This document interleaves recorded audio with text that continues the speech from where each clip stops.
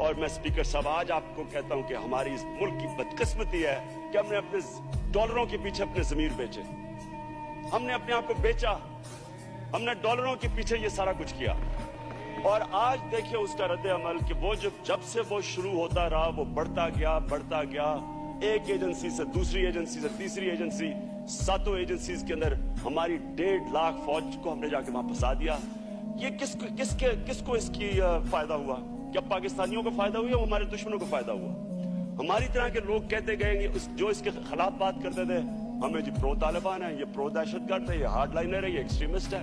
और ये लिबरल थे जो बमबारी के इजाजत दे रहे थे, गांव के ऊपर औरतें बच्चे मर रहे हैं, उसको वो लिबरल अपने आप को कहते थे। तो जब हमने प्रेजेंट गवर्नमेंट को हमने जब मैंडेट दिया, इसकी पीछे तारीख थी। 50,000 हमारे लोग मर चुके हैं। मैं कहता हूं तकरीबन